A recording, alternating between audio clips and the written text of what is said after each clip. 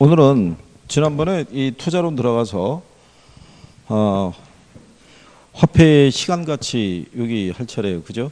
228페이지. 화폐의 시간 가치 개념에서는 일단은 뭐는 알아야 되냐면 이 역수는 알아야 되고요. 기본적으로. 그러면 거기 23, 24, 25가 이론에 대한 건데 일단 미래가치 구하는 게 뭐가 있어요? 세 가지 있어요. 그죠? 일시불에 내가 개수가 있고 그 다음에 연금에 내가 개수 있고 그 다음에 감채 기금 개수 있고 그 다음에 이제 현재 가치 구하는 게 일시불에 현가 개수 있고요.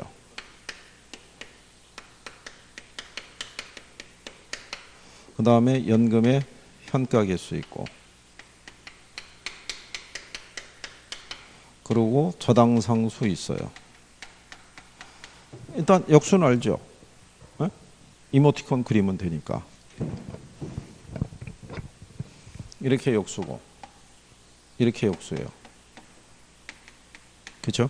그래서 우리가 이렇게 이모티콘 그리듯이 하면은 역수는 구별할 수 있다. 그 다음에 이제 뭐 알아야 되냐면 근래 물어봤던 게 일시불 있죠. 연금이 있죠. 네. 요거를 구별할 수 있으면 돼요. 그럼 일시불이라는 건 금액이 한 번만 표시되는 거예요. 그러면 거기 이런 거예요. 만약에 여러분들이 은행에다가 정기 예금이 있죠. 1억을 예치했어요. 그럼 여기에 따른 이자가 주어지겠죠. 이자율이 연 예를 들어서 2%래요. 그죠? 그럼 얘를 만약에 3년 후에 찾았다는 얘기죠. 그죠? 그럼 원금 1억 원에다가 이자율이 매년 몇 프로씩? 2%씩 붙어서. 그럼 여기 보면은 금액이 이렇게 딱 한 번만 있죠. 예. 이렇게 가는 게 일시불이에요. 일시불. 근데 만약에 여러분들이 3년 동안에 매년 얼마씩 1,000만 원씩 3년간 적립을 했다든가 또는 적금을 불입했죠. 그러면은 3년 후에 가치는 이렇게 물어볼 수 있죠. 근데 여기 보면 매라는 표현이 들어갔죠. 그럼 이거는 연금 가리키는 거예요. 이거는 3년 동안에 매년 얼마씩 1,000만 원씩 이 돈의 미래 가치의 이 합이 얼마냐를 구하는 거예요. 그러면 거기 자 보시면 23번의 2번 지문에 보면 현재 5억 원인 주택이 있죠. 얘가 매년 5%씩 가격이 상승한다고 가정할 때 이때는 일시불의 미래가치 계수를 사용하면 10년 후에 주택 가격을 산정할 수 있는 거예요. 그러면 이걸 말을 바꿔보게 되면 현재 5억 원 있죠. 5억 원을 예치했을 때 매년 이자율이 5%씩 지급된다고 가정하면 그렇죠? 그러면 일시불의 미래가치를 사용해서 10년 후에 이 돈의 가치를 우리가 구할 수 있다. 이런 얘기잖아요.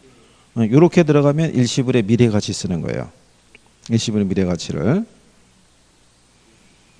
무슨 말인지 아시겠나요? 근데 3번에 가면 정년퇴직자가 매월 연금 형태로 받는 퇴직금을 일정 기간 적립한 후에 달성되는 금액을 산정할 때는 연금의 미래가치 계수를 사용한다고 돼 있죠. 3번 질문에. 그러면 이런 얘기잖아요.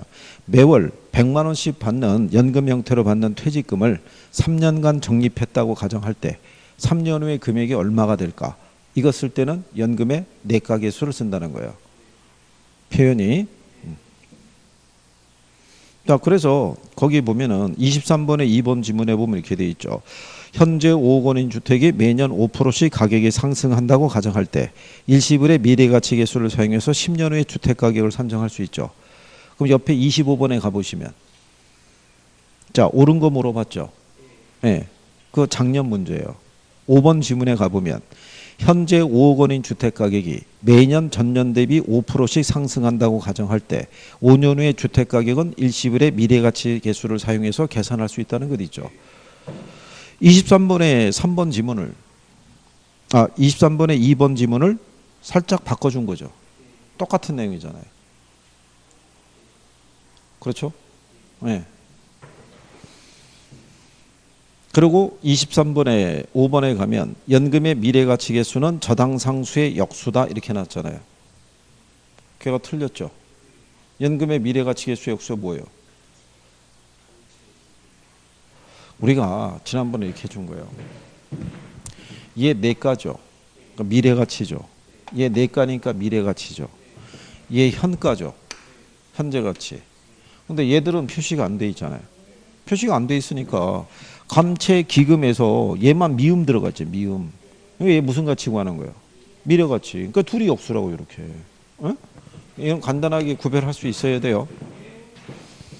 무슨 말인지 아시겠죠? 자, 그 다음에 뭐 자료가 나오냐면 23번의 1번 지문에 가면 주택 마련을 위해 은행으로부터 원리금 균등분할 상환 방식으로 주택 구입 자금을 대출한 가구가 매월 상환할 금액을 산정할 때는 뭐를 사용해요? 저당상수. 그러면 24번의 2번 지문을 가면 원리금 균등 상환 방식으로 주택 저당 대출을 받은 경우에 저당 대출의 매기 원리금 상환액을 계산하려면 뭐를 활용할 수 있다? 네, 저당상수를 활용할 수 있어요. 근데 25번에 3번 지문 있죠? 원금 균등 상환 방식으로 주택 저당 대출을 받은 경우에 저당 대출의 매기간 원리금 상환액은 저당상수를 이용해서 계산한다고 돼 있죠. 근데 이건 틀린 거죠. 원리금 균등해야 되는데 원금 균등으로 넣어줬잖아요. 근데 이거 틀린 사람들이 또 부지기수예요. 어? 그냥 자기가 문장을 완성한 거예요. 원리금인데 원금 나오는데 자세히 보지도 않고 그냥 오 맞아 이거야. 그 밑에는 보지도 않는 거예요. 그리고 틀리는 거예요. 그럼 아주 쓰러지잖아요. 그죠? 네?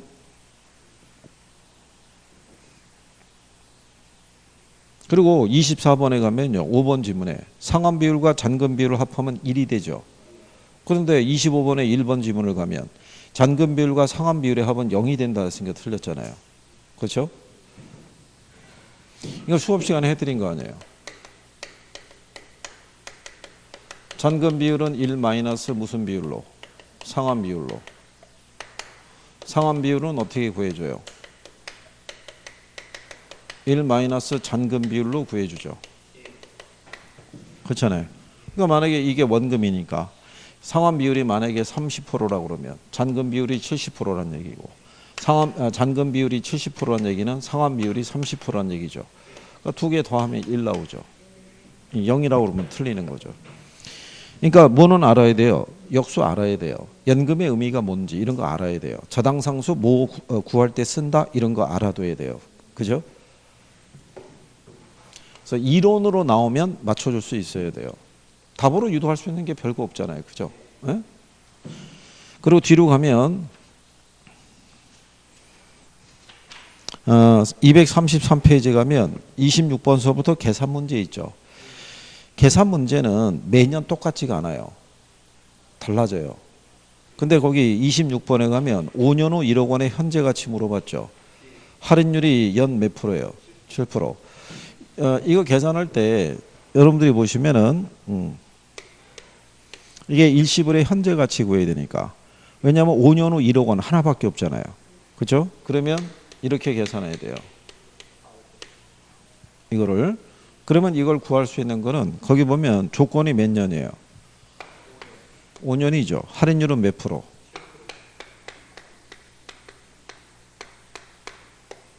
요거를 계산해서 1억 원에다가 곱할 수도 있고요. 무슨 말인지 아시겠나요? 아니면은 이게 원금이잖아요. 그러니까는 올라가면 1억이죠. 1억을 이걸로 나눠서도 계산할 수 있는 거예요. 그죠? 그러면 이거 계산하려고 그러면 어쩔 수 없이 1.07을 5번 곱해야 돼요. 그죠? 5번 곱하게 되면 얼마 떨어지냐면 1.424025가 떨어져요. 그러면 1억을 이걸로 나누게 되면 약 한 130만 원 이렇게 나와요. 그런데 조건은 10만 원짜리에서 반올림 하라고 해놨잖아요. 그죠? 근데 10만 단위가 30이니까 반올림 할 게 없죠. 그냥 7,100으로. 그래서 답이 4번에 7,100인 거예요.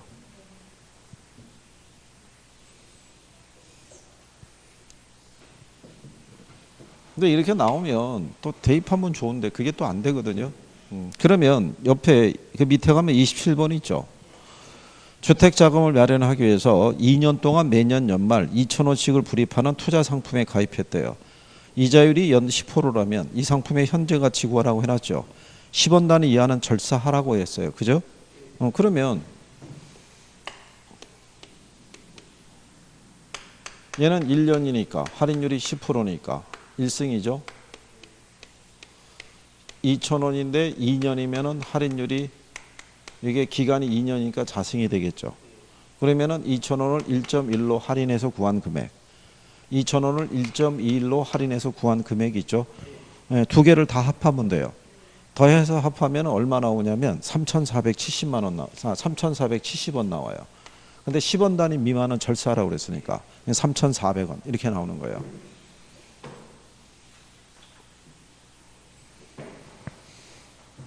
그래서 이 계산에 대한 거는 뭐 그때그때마다 유형이 달라져요. 똑같은 패턴으로 나온 적이 없어요. 네. 그런데 28번 있죠. 28번은 조금 더 난이도가 있는 거예요. 이건 난이도가 있는 게 뭐냐면 수년제 가치 계산하라고 해놨죠. 근데 거기 보면 이렇게 해놨어요.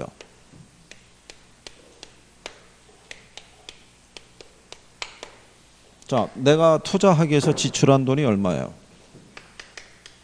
1,000만 원이죠. 근데 130, 130, 130, 130, 1,430 이렇게 돼 있어요. 근데 거기에 보면은 연금의 현가 개수 있죠. 기간 5년일 때. 그죠? 얘는 3.79079를 줬고. 그죠? 그 다음에 일시불의 현가 개수 있죠. 5년짜리. 얘는 0.620922를 줬어요. 그럼 여기다가 곱해서 계산해야 돼요. 그죠?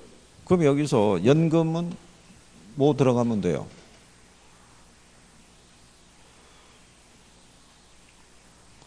연금은 일정한 기간 동안에 동일한 현금 흐름이 있죠. 매년. 에? 얘가 연금이라고요. 130.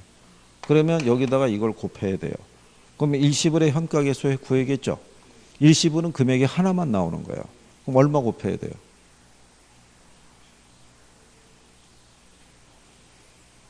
자, 여기 보면 여기 1430이라고 돼 있죠. 여기 구성은 130과 1300의 합으로 돼 있는 거예요. 그러니까 여기 기간 말에 판다고 그랬을 때 얘가 12월 31일 날 이걸 처분한다는 개념이에요. 그러면 1월 1일부터 12월 31일까지 이건 발생한 거예요. 흐름은. 12월 31일 날 얘를 1300에 매각했다는 얘기예요. 그러니까 마지막도 1300이 130이 있다고 봐야 돼요. 그러니까 여기에다가는 1300을 곱해야 돼요. 그렇죠? 이거를 분리할 수 있어야 돼요. 분리할 수 없으면은 1430으로 곱하게 되면 금액이 틀려지죠. 무슨 말인지 아시겠어요? 이렇게 해서 구한 금액을 합하게 되면은 약 한 1300 나와요. 그러니까 유입의 현가가 1300, 유출의 현가가 1000이잖아요. 그러니까 남는 게 300이라는 거예요. 그러니까 이거 계산하는 게, 그렇죠? 예, 그러니까 이거는 난이도가 조금 있다고 봐야 돼요. 그래서 계산은 크게 집착하지 않아도 돼요. 또 하나는 뭐가 있냐면 29번 있죠. 투자자 가분 부동산 구입 자금을 마련하기 위해서 3년 동안 매년 연말 3천만 원씩을 불입하는 정기 적금에 가입했다고 했죠. 이 적금의 이자율이 복리로 연 10%라면 3년 후 이 적금의 미래 가치를 구하라고 해놨죠. 그럼 이때 뭐 써야 돼요? 저기 개수 중에서.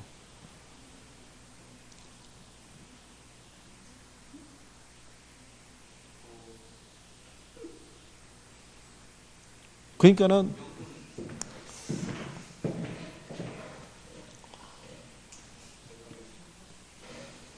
여기 연금은요. 이건 총액 구할 때 쓰는 거고요. 여기는 감채인 개수는 이 총액을 나눈 할부금을 구할 때 쓰는 거예요. 에? 거기 조건은 뭐냐면 매년 얼마씩 3천만 원씩 몇 년 동안. 그럴 때 이 돈의 합계가 얼마냐를 물어본 거예요. 총액이. 그럼 뭐 써야 돼요? 연금의 내가계수 쓰는 거예요. 그죠? 근데 연금의 내가계수가 이렇게 돼요. 이거거든요. 그러면 여기다 이 조건을 대입해야 돼요. 이자율 몇 프로예요?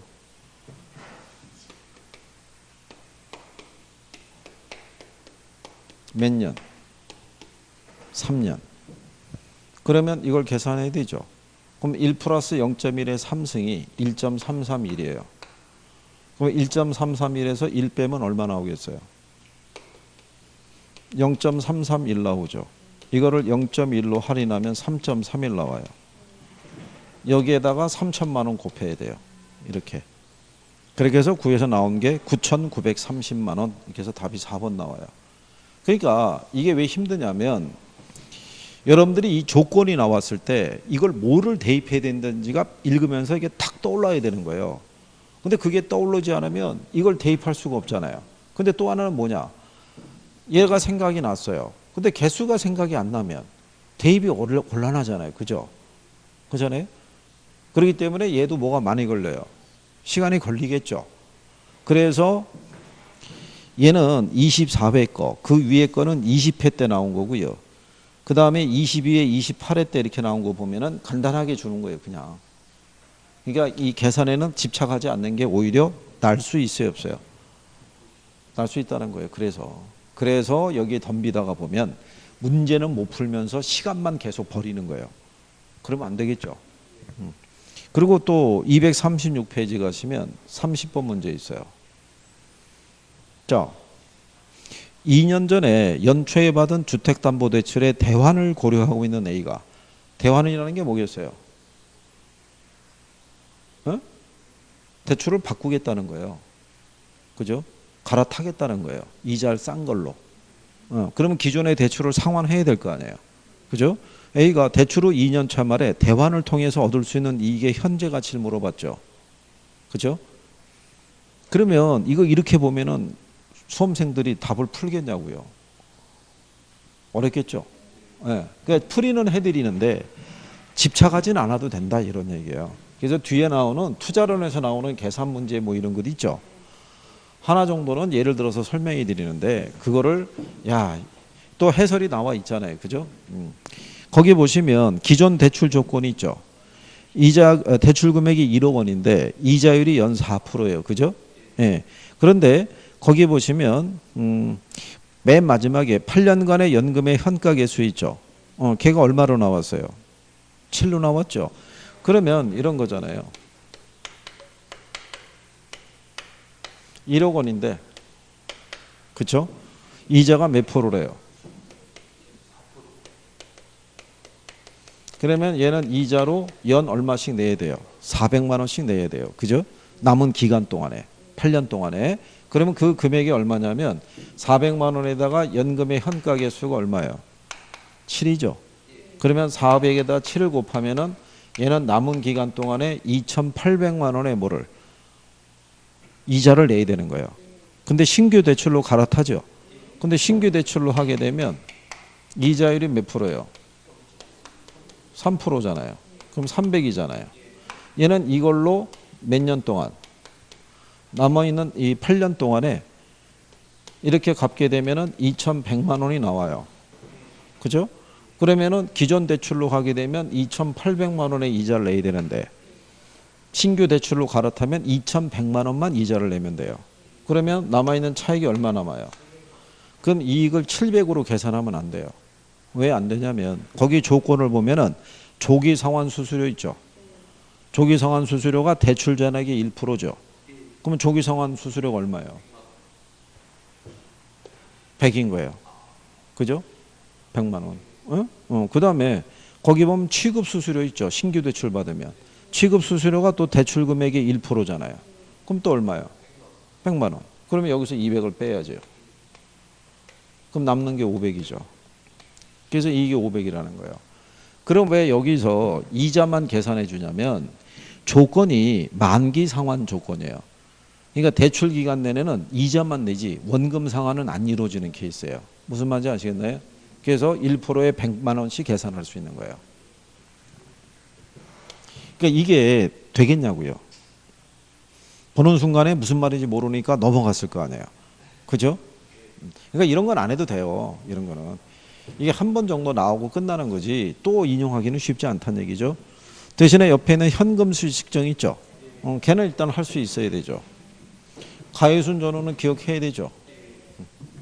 그래서 이거 기억하시고.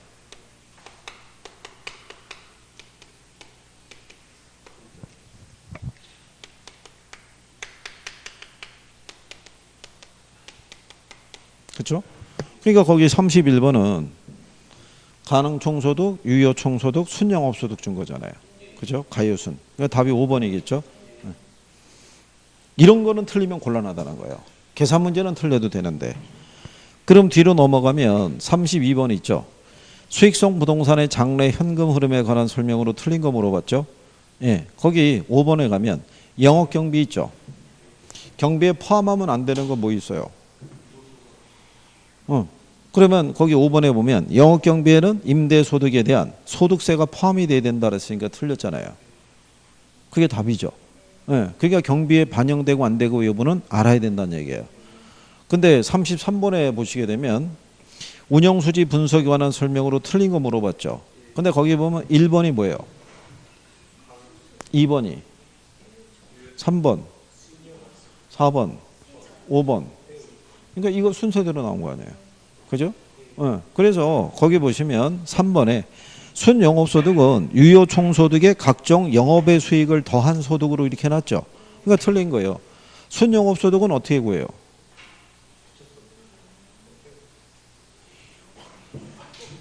유효총소득에서 영업경비를 공제한 게 순영업소득이잖아요. 그러니까 3번이 틀린 거 아니에요. 그죠? 이런 거는 틀리면 곤란하다고요. 계산은 틀려도 돼. 계산은. 이론을 틀리는 거는 용납이 안 되는 거예요. 그거는. 그러면 설 자리가 없는 거예요. 그러면 김총각 도와줘. 아니 네가 대답이 팍팍팍 나와줘야지 이게 우리가 쭉쭉쭉 갈 거 아니겠어?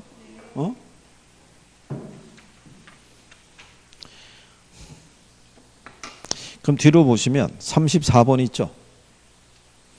부동산 수익과 수익률에 관한 설명으로 옳은 거 물어봤죠. 그렇죠? 자, 그러면 2번 보시면 총 투자 수익률은 세전 현금 수지를 지분 투자액으로 나누어서 산정한다고 돼 있죠. 34번에 2번 지문 보면 뭐가 잘못된 거예요?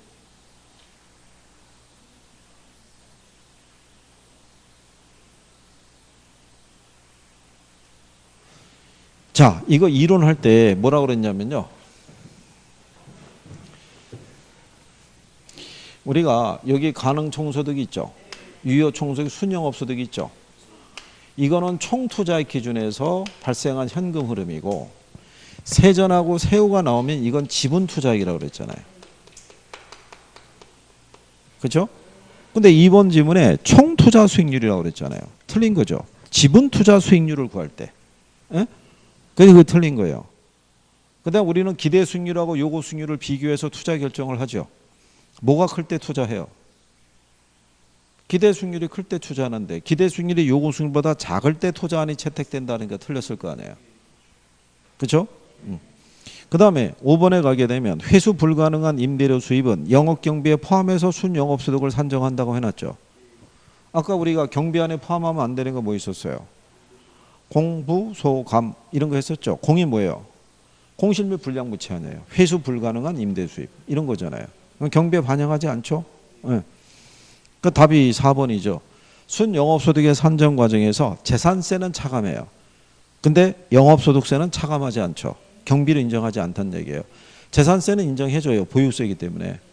임대사업을 하는 과정에서 내가 부담하는 비용이라고요. 그러니까 그건 경비를 인정해 주는 거예요. 그러니까 재산세는 포함이 돼도 소득세는 포함이 되지 않는다라는 거. 그죠? 그 다음에 35번에 가면 부동산 투자 분석의 현금 흐름 계산에서 유효 총소득을 산정할 때 필요한 항목이 모두 몇 개냐는 거예요. 그죠? 자, 일단 임대료 수입 들어가요, 안 들어가요? 자, 영업소득세 들어가요, 안 들어가요? 이자 상환액 들어가, 안 들어가? 어? 여기서 이거 산정하는 거잖아요. 유효총소득. 그죠? 자, 영업의 수입 들어가요, 안 들어가요?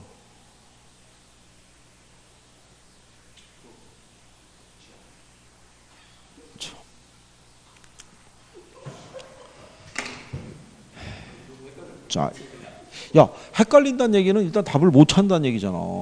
그 영업 경비는 들어가요, 안 들어가요? 영업 경비. 감가상각비 들어가요, 안 들어가요? 자, 보시면 유효 총소득이 있죠.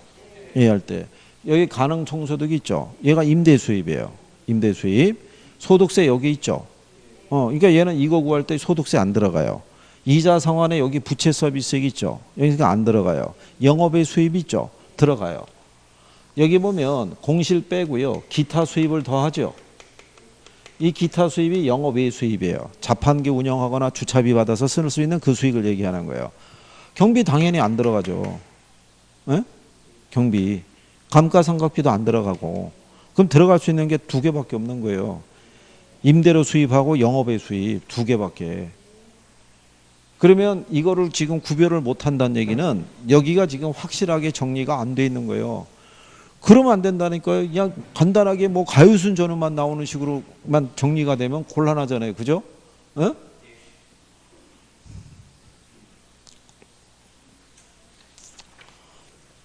여기 항목 다시 한번 점검하셔야 돼요. 그죠? 그러면 다시 자 뒤로 넘어가셔서 만회할 수 있는 기회가 있어요. 36번 있죠? 네, 부동산 투자 분석의 현금 흐름 계산에서 순영업소득과 세전 지분복 계획을 산정하는데 각각 필요한 항목을 모두 고른 걸 물어봤어요. 그죠? 그러면 세전 지분복 계획 있죠? 네? 걔는 이렇게 구하는 거예요. 매도 가격에서 매도 경비를 빼면 순매도액이 나와요. 여기서 미상환 저당 잔금 있죠? 얘를 공제하면은 세전 지분 복귀액이 나와요. 그렇죠? 작년에도 이거 순서 얘기할 때 이거 해주고 한 번은 얘네들도 돌아가면서 한 번씩 나올 때가 있다. 근데 얘만 별도로 뺀 게 아니라 두 개를 같이 물어본 거죠. 자, 그러면 자 가를 순영업소득을 계산할 때 기억에 기타 소득 들어가요, 안 들어가요?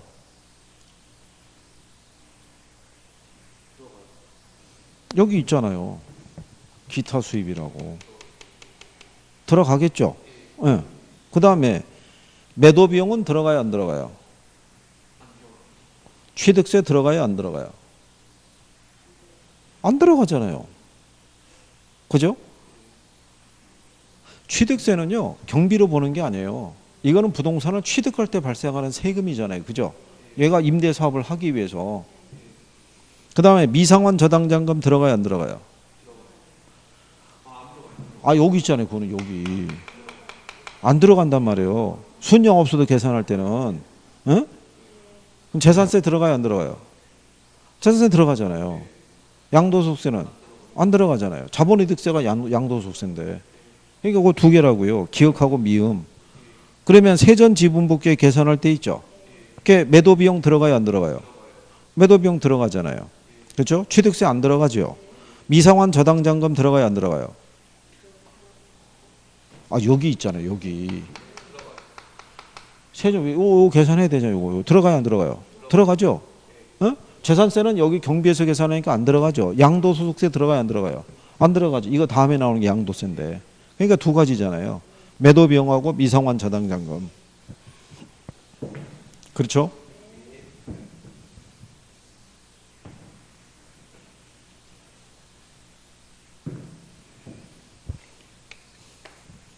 이것도 많이 틀렸을 거예요. 뻔하게. 그러니까 정확하게 구별이 안 돼 있으면 틀리는 거예요. 그 다음에 계산 문제 나와 있죠.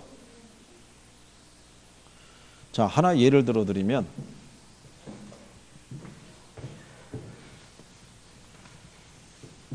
이것도 계산의 형식이 매년 틀려요. 그렇기 때문에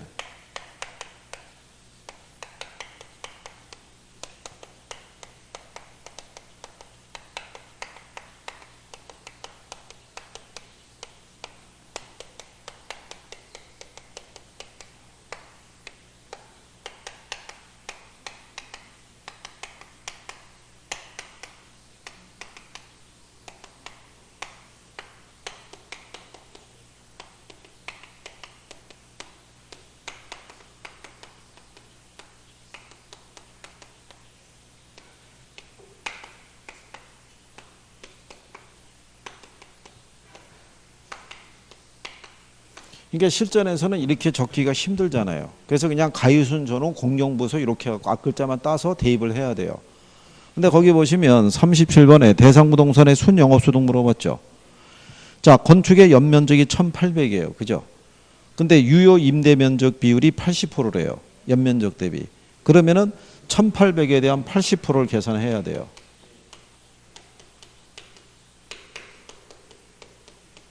그러면 1440 나와요. 계산하면. 그런데 평방미터당 연평균 임대료가 5,000원이래요. 그러면은 1440 곱하기 5,000원 해야 돼요. 그죠? 그러면은 얘가 얼마 나오냐면 720만 원 나와요. 근데 거기 보시면은 평균 공실률이 몇 프로예요? 10%. 그러면 720에 10%면 72만 원 빼겠죠. 기타 소득은 없는 거로 돼 있으니까 720에서 72만 원 빼면 얼마 나오겠어요? 648만 원 나와요. 그런데 영업경비율이 50%죠. 네, 그건 648의 절반이잖아요. 그러면 324만 원이죠. 그러면 순영업소득이 324만 원이죠. 그 답이 324만 원. 무슨 말인지 아시겠어요? 이거는 간단하게 준 거예요. 여기에 50% 줬으니까 영업경비 비율이. 그 648에 50%면 그냥 여기 숫자의 절반 빼면 되잖아요. 그죠? 그럼 자연스럽게 324만 원 나오는 거죠. 이렇게 주는 것도 계산이 어렵다고 느끼는 사람이 있어요, 없어요? 있죠. 그러니까는 신경 안 써도 돼요. 그리고 이거 일일이 다 계산하면 시간 안에 못 풀어요. 옆에 39번 문제 있죠. 거기 보면 지문에 틀린 거 고르라고 그랬잖아요. 유효 총소득이 2억 1,600, 순영업소득은 2억, 세전현금 수지는 1억 1,000, 영업소득세는 5,000, 세후현금 수지는 5,900 이렇게 나와 있죠. 네. 그러면 이걸 계산을 다 해봐야 된다고요. 그럼 뭐가 많이 걸리겠어요? 시간 많이 걸리는 거예요. 그러면 만약에 계산해 본다고 생각하면 자, 호당 임대료가 600만 원이죠. 그러면은 임대 가능 호수가 40호잖아요. 그죠? 그러면 여기서 나오는 가능 총소득이 얼마겠어요?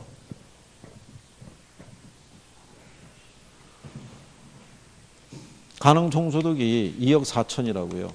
아니 4,6에 24잖아요. 어? 아니 2억 4천이잖아요. 2억 4천. 아니 왜 이 공간에만 들어오면은 암산이 안 되는 거예요. 그냥 여기만 빠져나가면은 암산 기가 막히게 하시는 분들이 그죠?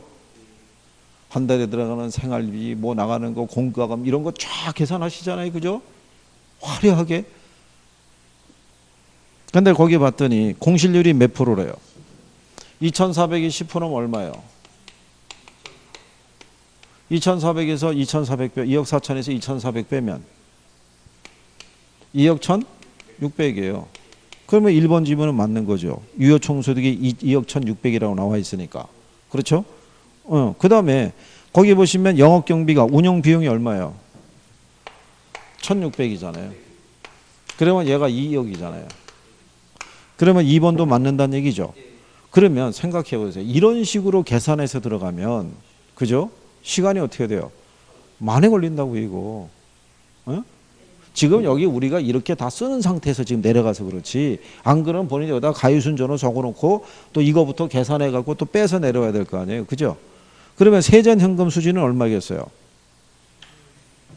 거기 보시면 원리금 상환액이 있고 융자 이자가 있죠. 그럼 여기서는 원리금 상환액을 빼는 거예요. 그러면 9천을 빼면 얼마 나오겠어요? 1억 1천 나온다고요. 이게 세전이라고요. 그럼 여기서 뭐를 또 구해야 돼요? 영업소득세를 또 계산을 해야 돼요. 그죠? 아니 그 소득세율만 30%지. 여기 영업소득세 계산하려고 그러면 순영업소득이 있죠. 여기서 이자하고 감가액을 빼야 된다고요. 이걸 빼야지 이게 과세 대상 표준액이 나온다고요. 여기에다가 뭐를 곱해야? 세율을 곱해야 영업소득세를 구할 수 있다고요. 그러니까 계산 문제 안에 계산 문제가 또 있는 거예요. 그러면 순영업소득이 얼마예요? 2억. 이자가 얼마예요? 이자가 2천 나와 있잖아요. 감가상각비는 1,000이잖아요. 그럼 2억에서 3천 빼면 남는 게 1억 7천이죠. 여기에 대한 30%잖아요. 1억 7천에 30%는 얼마 나오겠어요? 5,100 나오는 거예요. 그래서 4번이 틀린 거예요. 영업소득세가 5천이라고 그래서. 그래서 권하지 않는 거예요. 그래서 이게 막상 저희랑 할 때는 쉬워 보여도 실전에 가서 부딪히면 쉽지 않다고요. 그리고 여기까지 오는 동안에 시간이 어떻게 돼요? 최소한 2분 이상은 썼을 거라고요. 이거 하면서. 그러면 이거 하나 푸느라고 두 문제, 세 문제를 못 푸는 거랑 똑같은 거예요. 그러니까 너무 집착하지 마시라는 얘기예요. 얘만 들어드린 거예요. 그죠? 근데 뒤로 넘어가셔가지고 248페이지에 가면 투자분석기법이라고 있죠. 거기서 1번 문제 같은 건 틀리면 안 돼요. 이런 거 틀린 거는 용납이 안 되는 거예요. 그죠? 우리가 할인기법 뭐 있다고 그랬어요?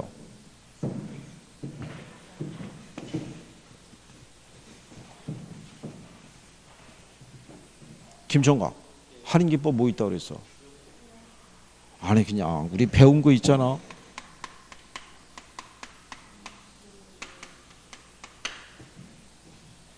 순이순영가법, 수가 수익성지수법, 내가 내부수익률법, 현이 현가회수기간법. 그 다음에 우리가 이렇게 했었죠. 여름철에 회는 조심해야 된다고 그랬죠. 그래서 회에 들어가는 애들은 다 비할인기법이다라고 얘기해 준 거예요. 기억하나요? 그러면 40번에 보면 거기 회 들어간 애들 둘 있죠. 회수기간하고 회계적 수익률이 있죠. 걔네 둘이에요. 할인기법이 아닌 애들은. 그렇죠? 그래서 41번에 가면 부동산 투자 분석 기법에 관한 설명으로 틀린 거 물어봤죠. 1번 지문에 보면 투자의 가치를 측정하는 데 있어서 화폐의 시간 가치를 고려한 방법으로 순영가법, 내부 수익률법 또 회가 들어가 있잖아요. 그럼 틀리죠. 회 들어가면 틀리다고요. 무슨 말인지 이해하시겠어요? 그래 놓고 또 어떻게 해주냐면 42번에 보면 2번 지문에 회계적 이익률법은 화폐의 시간 가치를 고려하지 않는다. 그러니까 맞는 표현이겠죠. 네. 이런 거를 이렇게 단답형으로 했을 때 그냥 지문으로 넣어주기도 하고 이렇게 풀어주기도 하고 그러는 거예요. 그러니까 명확하게 구별만 되면은 지문을 판단하는 속도가 어떻게 돼요? 빨라지는 거예요. 그거를 잘 해주셔야 돼요. 그죠? 그리고 할인연금 수지분석법은 투자 기간 동안에 현금 흐름을 반영을 해줘요. 근데 여기에 있는 회수기간법이나 이런 애들은 회수기간 이후에 현금 흐름은 고려하지 않아요.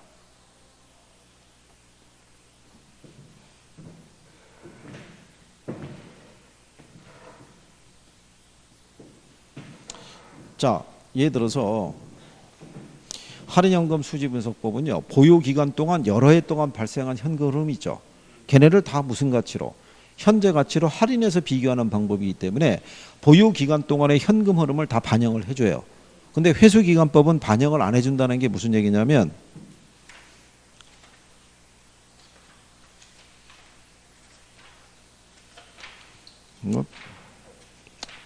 풀어봐야 저기는 없는데요. 또 설명을 해드리기 위해서 276페이지에 한번 가보시면요.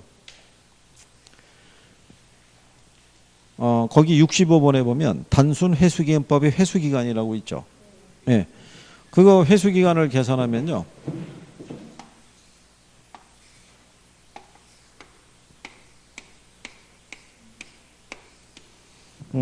거기 조건상에서 보시면 초기 투자액이 1억이라고 나와 있죠.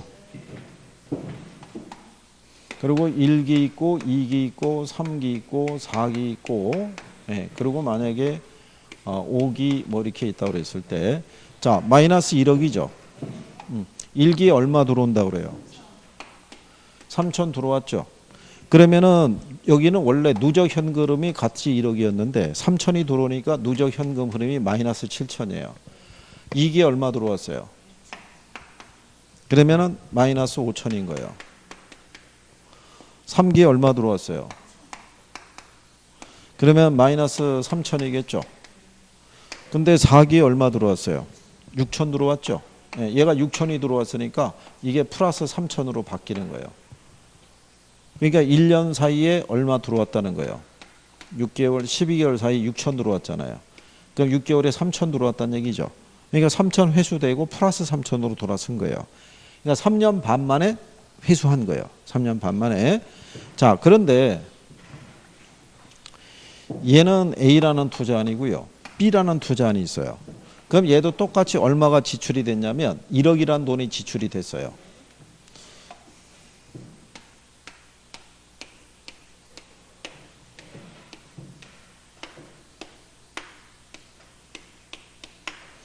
자, 여기도 똑같이 1억이 지출됐거든요. 그래서 1기, 2기, 3기, 4기, 5기 있는데 얘는 2천, 2천, 2천, 그 다음에 예를 들어서 2천 또는 2천 이렇게 들어온 거예요.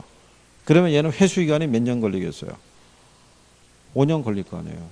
예? 2, 5, 10이니까. 그렇잖아요. 자, 그런데 얘는 6, 7 들어갈 때 있죠. 예. 얘는 얼마, 여기 들어서 5기에 얼마 들어오냐면 1000, 6기에 얼마 들어오냐면 500, 7기에 700 이렇게 들어오는데 얘는 4000 또는 5000 이렇게 들어와요. 그럼 회수기간 이후의 현금 흐름을 보면 얘가 훨씬 낫죠. 얘보다. 근데 여기는 투자자가 정한 회수기간 안에만 회수하면 되기 때문에 회수기간 이후의 현금 흐름은 고려하지 않아요. 무슨 말인지 아시겠나요? 회수기간법은. 그러니까 계산은 그냥 참고하셔도 돼요. 아니 여러분들이 보시기에도 만약에 매년 똑같이 나온다 그러면 해볼 수 있겠죠. 예, 빨리 풀 수 있는 요령을 우리가 해가지고. 근데 매년 어떻게 돼요? 틀리다는 얘기죠. 그러니까 그런 내용을 구별하시면 되겠고. 그 다음에 249쪽에 오셔서 42번에 보시면 3번 지문 정도의 논리는 알아두시는 거예요. 수년제 가치가 0인 단일 투자안의 경우 있죠. 수익성 지수는 1이 되는 거예요. 그러면 이때 내부 수익률은 어떻게 돼요? 내부 수익률은. 자, 수년제 가치가 0인 단일 투자안의 경우 수익성 지수가 1이 되죠. 그때 내부 수익률은 어떻게 돼요? 내부 수익률은. 뭐하고 같다는 거예요? 뭐하고?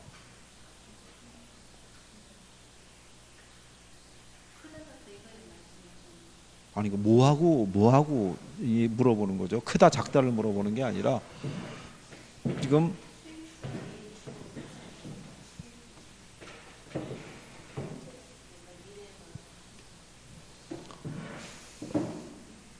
이게 수년제가치법은 수년가로 우리가 구하죠. 그 다음에 얘가 수익성 지수가 있고요. 그 다음에 내부 수익률이 있죠. 여기 수년가는요. 현금 유입의 현가에서 현금 유출의 현가를 빼서 계산하죠. 이거는 왜 알려드리냐면 한번 또 활용을 할 것 같아서 알려드리는 거예요. 얘는 현금 유입의 현가를 현금 유출의 현가로 뭐 해서 나눠서 계산하는 거라고 그랬죠. 여기 있는 내부 수익률은 현금 유입의 현가 있죠. 현금 유출의 현가를 같게 만들어주는 할인율이라고 그랬잖아요. 그렇죠. 자, 그랬을 때 유입의 현가가 2천이에요. 근데 유출의 현가가 2천이에요. 그럼 2천에서 2천 빼면 얼마 나와요? 0이잖아요. 그러면 얘가 2천일 때 얘가 2천이면 1 나오잖아요. 그러니까 수년가가 0인 단일 투자의 경우 수익성 지수는 뭐가 된다는 거예요? 1이 된다는 거예요. 무슨 투자일 때? 단일 투자안이라고 줘야 돼요. 이 조건이 생략되면 오류예요. 오류. 무슨 말인지 아시겠나요? 그러면 여기 있는 내부 수익률이 있죠. 내부 수익률은 요구 수익률하고 같아지는 거예요. 뭐가 같아진다? 요구 수익률하고 같아지는 거예요. 그것까지 알아두시라고요. 에? 에. 하나의 투자일 때는 결과가 똑같아요. 얘가 0일 때 얘가 1이고 얘가 요구 수익률과 같아지는 거예요. 무슨 말인지 아시겠어요? 얘가 0보다 크면 수익성 지수도 1보다 크고 내부 수익률이 요구수보다 큰 거예요. 그렇죠? 예. 그 정도만 먼저. 그리고 그 5번 지문에 가면요. 투자 금액이 동일하고 수년제 가치가 모두 0보다 큰 두 개의 투자안을 비교 선택할 때 있죠. 부의 극대화의 원칙에 따르면 수년제 가치가 큰 투자안을 채택한다는 거예요. 자, 단일 투자안일 때는 하나의 투자안일 때는 0보다 크거나 같으면 채택을 해요. 근데 두 개의 투자안이 있죠. 두 개의 투자안이 있는데 각각의 수년가 있죠. 얘는 1000이고 얘는 700이에요. 그죠? 그럼 얘네가 상호 배타적인 투자안이라는 거예요. 상호 배타적이라는 거는 둘 중에 하나만 선택하라는 얘기예요. 그럴 때는 큰 걸 선택하면 된다는 거예요. 이해하시겠어요? 근데 이거 이렇게 가면 이거 이번 달에도 못 끝나요. 이거. 에? 지난번에 말씀드렸지만 이거 예습하고 와야지 이게 얘기가 된다니까요. 에? 예습을 안 하고 여기서 모든 거를 다 반영해서 정리하려고 그러면 무진장이 시간 가는 거예요. 이거. 그죠? 아니 그거는 소용이 없어요. 그래도 하면서 지금 같은 이런 표현이라든가 정리를 해야지. 이거 했고 답은 이거고 이건 답은 이겁니다라고 이렇게 쭉 가죠. 예, 그건 무슨 의미가 있어요? 그게 아무 의미가 없죠. 그럼 집에 가서 동영상을 봐도 그거 이상의 내용은 안 들어가 있잖아요. 그러니까는 몇 가지 알아둬야 될 거는 설명을 해드리는 거예요. 이거는 요거 정도는 대비하시라. 무슨 말인지 아시겠죠? 자, 그래서 기본적으로 수년가하고 수익성 지수는 화폐 시간 가치를 고려해야 하네요. 어? 자, 그러면 43번 가보세요. 43번. 43번에 가시면 자, 3번 지문에 이렇게 나오죠. 수년가는 화폐 시간적 가치를 고려한다. 고려해야 하네요. 5번 지문에 가면 수익성 지수는 화폐 시간적 가치를 고려하지 않는다. 걔가 답이잖아요. 에? 그게 익숙해야 되는 거예요. 여기 조금 아까 해놨잖아요. 저기 순수 내연이라고. 저게 화폐 시간 가치를 고려한 애들이라고요. 순수 내연이라는 애가. 그러니까 저거는 기본적으로 박혀 있어야 되는 거예요. 그렇죠? 그래야지 이거를 풀 수 있을 거 아니에요.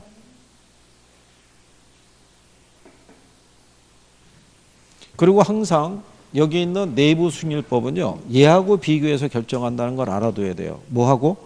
요구 수익률하고.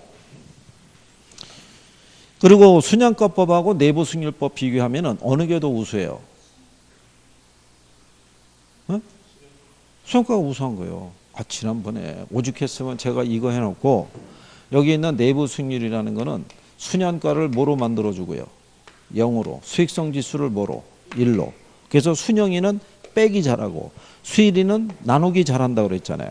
근데 순영이가 나보다 빼기 더 잘한다고 그랬죠. 그러니까 순영가법이 내부 수익률법보다 우수하다고요. 무슨 말인지 이해하시겠어요? 그럴 때 46번에 가시면요. 4번 지문에 이렇게 해놨죠. 재투자율의 가정에 있어서 수년제 가치법보다 내부 수익률법이 더 합리적이라고 해놨죠. 그거 틀렸을 거 아니에요. 그리고 5번 지문에 가면 회수기간법은 회수기간 이후의 현금 흐름을 고려하지 않는다라는 단점이 있는 거예요. 무슨 말인지 아시겠어요? 회수기간 이후에 얘가 더 우수한 현금 흐름이 발생하더라도 무시한다고요. 그는 반영하지 않는다는 거예요. 이해하시겠어요? 그리고 이거 얘는 빼기 잘하고 나누기 하고 이거 있죠. 거기 여러분들이 45번 문제 가시면은 투자 타당성 분석에 관한 설명으로 옳은 걸 물어봤죠. 3번 지문에 보면 수년가는 현금 유입의 현재 가치에서 현금 유출의 현재 가치를 뺀 값이라고 해놨잖아요. 그게 답이에요.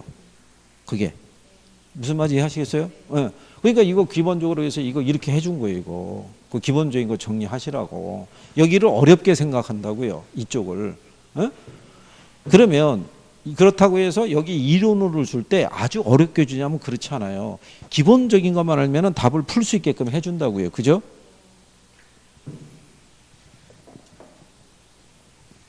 그래서 그런 것만 조금 얘기하시면은 그죠? 그 다음에 그 257페이지 가보시면요. 자, 거기 그 48번 문제 보시면 부동산 투자 의사결정에 관한 설명으로 틀린 거 물어봤을 때 1번 지문이 있죠. 수익성 지수법이나 수년제 가치법은 화폐 시간 가치를 고려한 투자 결정 기법이죠. 이런 거 그냥 일반적인 지문 나오는 거예요. 대신에 2번 지문에 나와 있는 단순 회수기간법이나 회계적 이익률법 있죠. 얘네들은 화폐 시간 가치를 고려하지 않죠. 그 다음에 내부 수익률이 요구 수익률보다 작으면 투자를 기각하겠죠. 근데 거기 보시면 내부 수익률법보다 수년제 가치법이 투자 준거로 더 선호가 되죠. 그러니까 요거는 기본적인 내용만 내가 이제 이런 정리가 되면 충분히 접근이 가능한 거예요. 근데 답을 4번으로 줬어요. 승수 있죠, 승수. 승수가 무슨 의미라고 그랬어요? 그렇죠, 회수기간이에요. 회수기간은 긴 게 좋아요, 짧은 게 좋아요? 짧은 게 좋죠. 그러면 승수값이 클 때 자본의 시간이 짧아지겠어요? 승수가 작을 때 자본의 시간이 짧아지겠어요? 작을 때인데 승수값이 클수록 자본의 시간이 짧다 그러니까 틀린 거예요. 그러니까 이거는 승수의 의미를 알고 있으면 이게 답이네 이렇게 할 수 있는 거죠.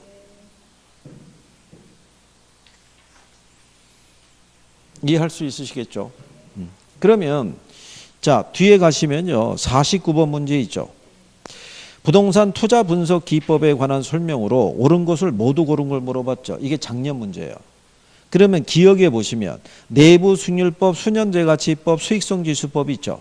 할인 현금 흐름 기법에 해당이 된다는 거죠. 얘는 화폐 시간 가치를 고려한 방법이죠. 그러면 기억이 들어가야 돼요. 그죠? 그건 4번은 답이 아닐 거고요. 그 다음에 니은을 봤더니 수년제 가치가 0이 되는 단일 투자안의 경우에 수익성 지수는 1이 된다. 어디서 본 듯 하지 않아요? 아까 기출에서 나왔던 거잖아요. 그걸 여기다 그냥 집어넣어 준 거예요. 그러면 이거를 알고 있는 사람은 여기 했잖아요. 단일 투자할 때 얘가 0이면 얘가 1이고 그러면 내부 수익률이 요소가 같아진다라고 얘기했잖아요. 그럼 니은은 맞는 표현이죠. 그렇잖아요. 그러면 답은 자연스럽게 1번하고 2번이 있죠. 이쪽에서 이제 우리가 살펴볼 때 거기 디귿 있죠. 재투자일로 내부 수익률법에서는 요구 수익률을 사용하지만 수년제 가치법에서는 시장 이자를 사용한다고 그랬죠. 자, 우리 수업 시간에 해줬어요. 얘네들 할인율로 뭐 써요? 요구 수익률 써요. 얘 할인율로 뭐 쓰겠어요? 내부 수익률 써요. 얘는 내부 수익률법이잖아요. 그거 뭐 써요? 그러면 재투자일 있죠? 재투자일로 뭐 쓰겠어요? 이거 쓰는 거예요. 얘는 재투자일로 못 쓴다. 이거 쓰는 거예요. 그러니까 재투자일이라고 따로 외울 필요가 없잖아요. 그럼 디귿이 틀렸을 거 아니에요. 내부 수익률법에서는 내부 수익률을 사용하고 수년가법에서는 뭐를 쓴다는 거예요? 요구 수익률을. 그럼 디귿이 들어가면 안 되잖아요. 그렇죠? 그 다음에 거기 보시면은 미음에 내부 수익률법에서는 내부 수익률과 실현 수익률을 비교해서 투자 여부를 결정한다고 해놨죠. 그렇게 결정할 수 있어요, 없어요? 그거 안 된다고 그랬잖아요. 우리 앞에서 기대 수익률과 요구 수익률을 비교하는 것이지 기대 수익률과 실현 수익률을 비교하거나 요구 수익률과 실현 수익률을 비교하면 안 된다고 그랬었잖아요. 그래서 답이 2번이 되는 거예요. 회계적 이익률법에서는 투자안의 이익률이 목표 이익률보다 높은 투자안 중에서 이익률이 가장 높은 투자안을 선택하는 게 합리적이라는 거잖아요. 이거는 상식적으로 접근해도 맞는 표현이에요. 목표 이익률보다 높은 수익률이 나온 애를 선택하는 거잖아요. 내가 목표라는 건 10%를 목표로 하는데 그 투자는 10% 이상의 수익률이 나오면 걔를 선택하는 게 합리적일 거 아니에요. 그 얘기하는 거예요. 그죠? 네. 그러니까 여기 지금 요 안에서도 기본적으로 내가 아는 게 조금씩 늘어나야 돼요. 그죠? 네. 지금 이번에 그거는 또 배우신 거예요. 수년제 가치가 0이 되는 단일 투자의 경우 수익성 지수는 1이 되는 거예요. 그러면 내부 수익률과 요구 수익률도 같아지는 거예요. 이해하시겠나요? 예, 그래요. 여기까지 다 하셨고 잠깐 쉬었다가 51번에 대한